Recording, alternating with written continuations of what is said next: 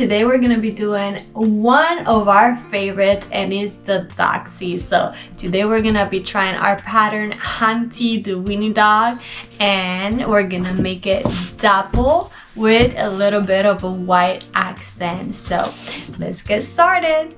Okay, so for our doxy we are gonna be using these three colors, gray, black, and white, because we want to make a double doxy with a bit of a white accent, and we're going to be using a 4mm hook. So let's go ahead and do our Winnie Dog.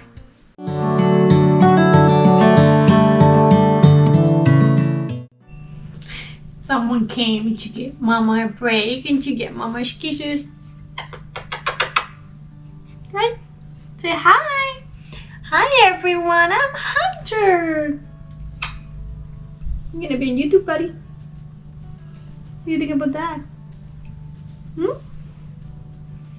Can Mama go back to work? Yeah.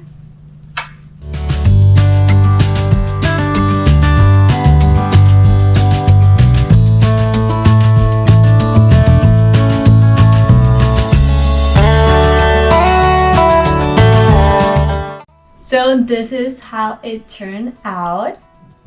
It's so cute. It's really small though. Not that small, but it's perfect size. Ears double and everything. We gave him a little double on the head. Muzzle white and one white spot. So cute on the leg. This is gonna be our Hunter the Winnie Dog pattern.